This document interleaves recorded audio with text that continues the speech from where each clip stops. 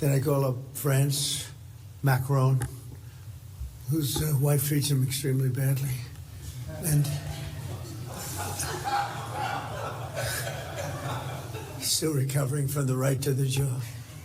And I say, Emmanuel, we'd love to have some help in the Gulf, even though we're setting records and knocking out bad people and knocking out ballistic missiles. We'd love to have some help. If you could you please send ships immediately? No. We cannot do that, Donald. We can do that after the war is won. They said, no, I don't need after the war is won. The President of the United States mocking a sitting world leader at a public event with an accent impression and a joke about his wife hitting him. This is not a hot mic moment. This is not a leaked recording. This was said out loud, in front of an audience, about the President of France, a NATO ally, and Macron, who was on the other side of the world when he heard about it, did not stay quiet. What he said back was calm, measured, and absolutely devastating. But here is what makes this so much bigger than one diplomatic spat between two leaders. Because on the same day Trump mocked France, he also told the world that NATO won't show up if America ever needs them. And Russia's intelligence chief revealed that Moscow is in direct contact with the CIA about the Iran war, while simultaneously helping Iran carry out attacks against American targets. All of it connected. The remarks I heard, which you refer to, are neither elegant nor appropriate there. So I will not respond to them. They don't deserve a reply.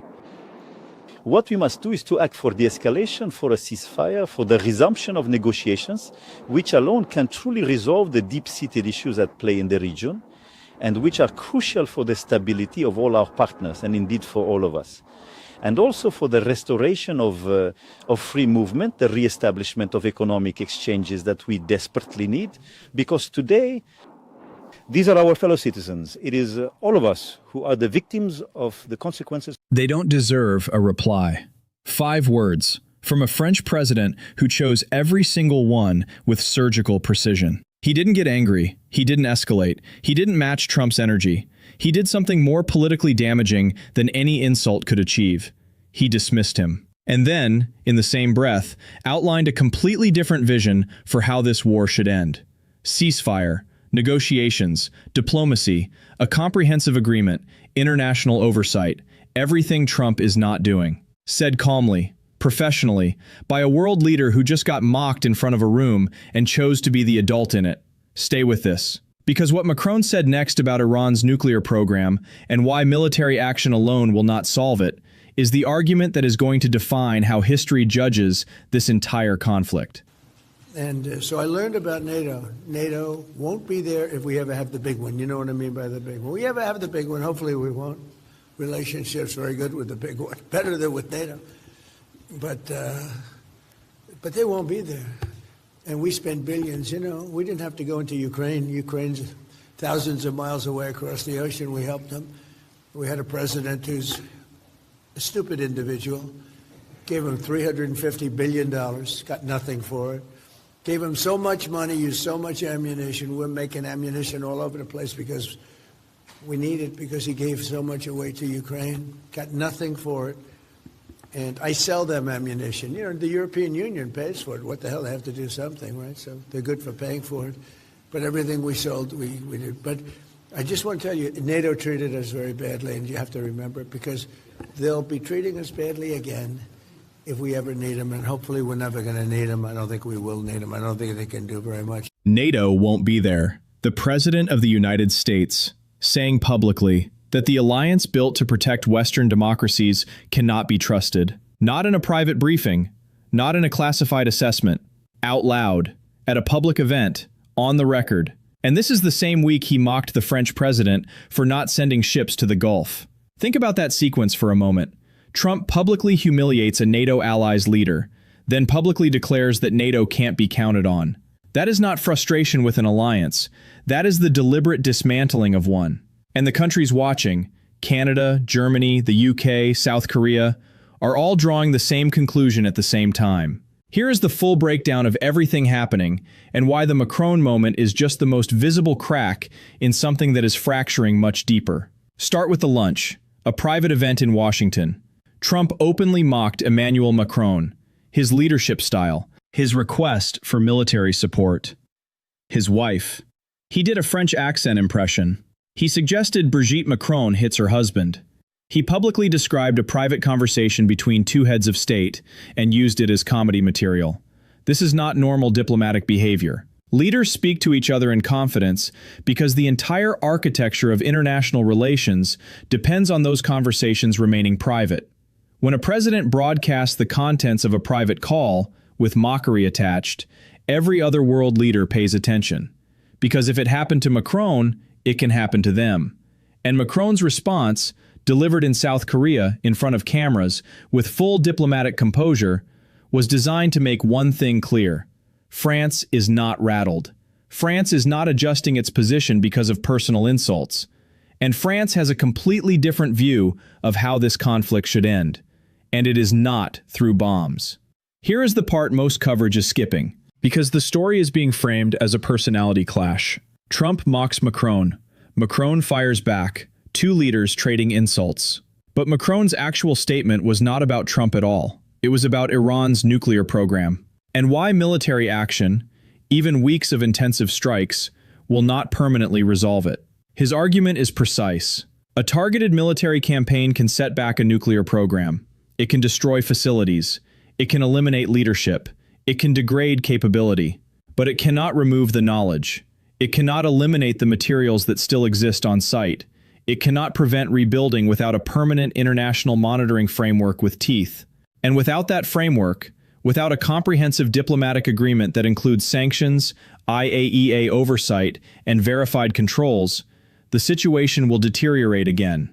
Within a few months, or even a couple of years. That is Macron's warning. Not to Trump personally, to history. And it is a warning that military commanders and nuclear policy experts have been making for years. Trump's response to that argument?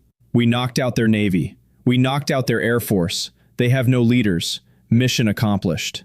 Those two visions, of what victory actually means in Iran, are not just different strategies, they are incompatible.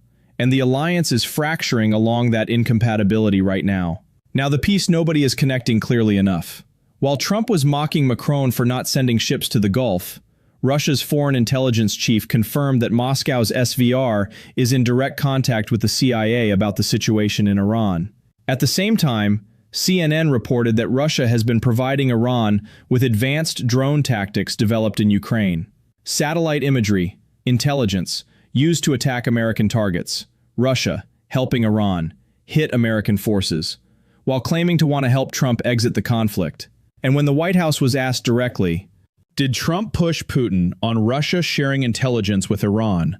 The answer was careful. They sent a message that they hoped it was not happening. Hoped.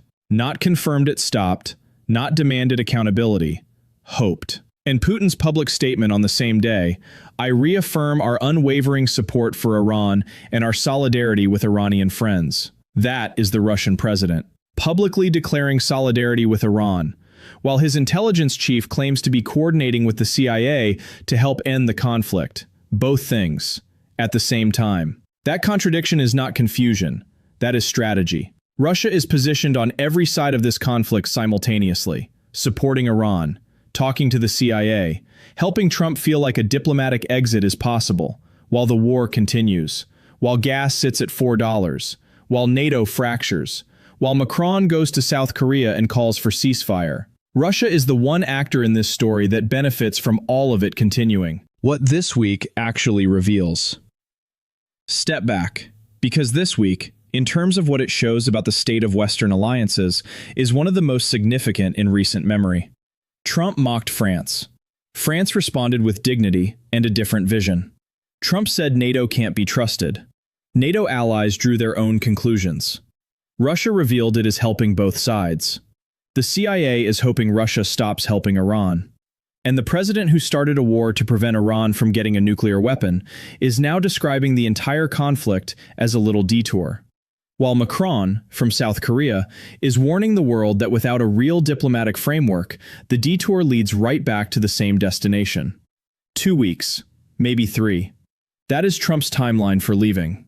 What happens after those 2 weeks? to Iran's remaining nuclear knowledge, to the materials still on site, to the region's stability, to the alliances that have been publicly insulted and privately undermined? That is the question nobody in that lunch was laughing about. And Macron, for all the insults directed at him, is the one who had the clearest answer. It is only through a truly in-depth negotiation and a comprehensive agreement that we will be able to ensure sustained peace. That is not a French position. That is the only position that history has ever validated when it comes to nuclear programs. And right now, it is being dismissed by the same president who is mocking the man who said it.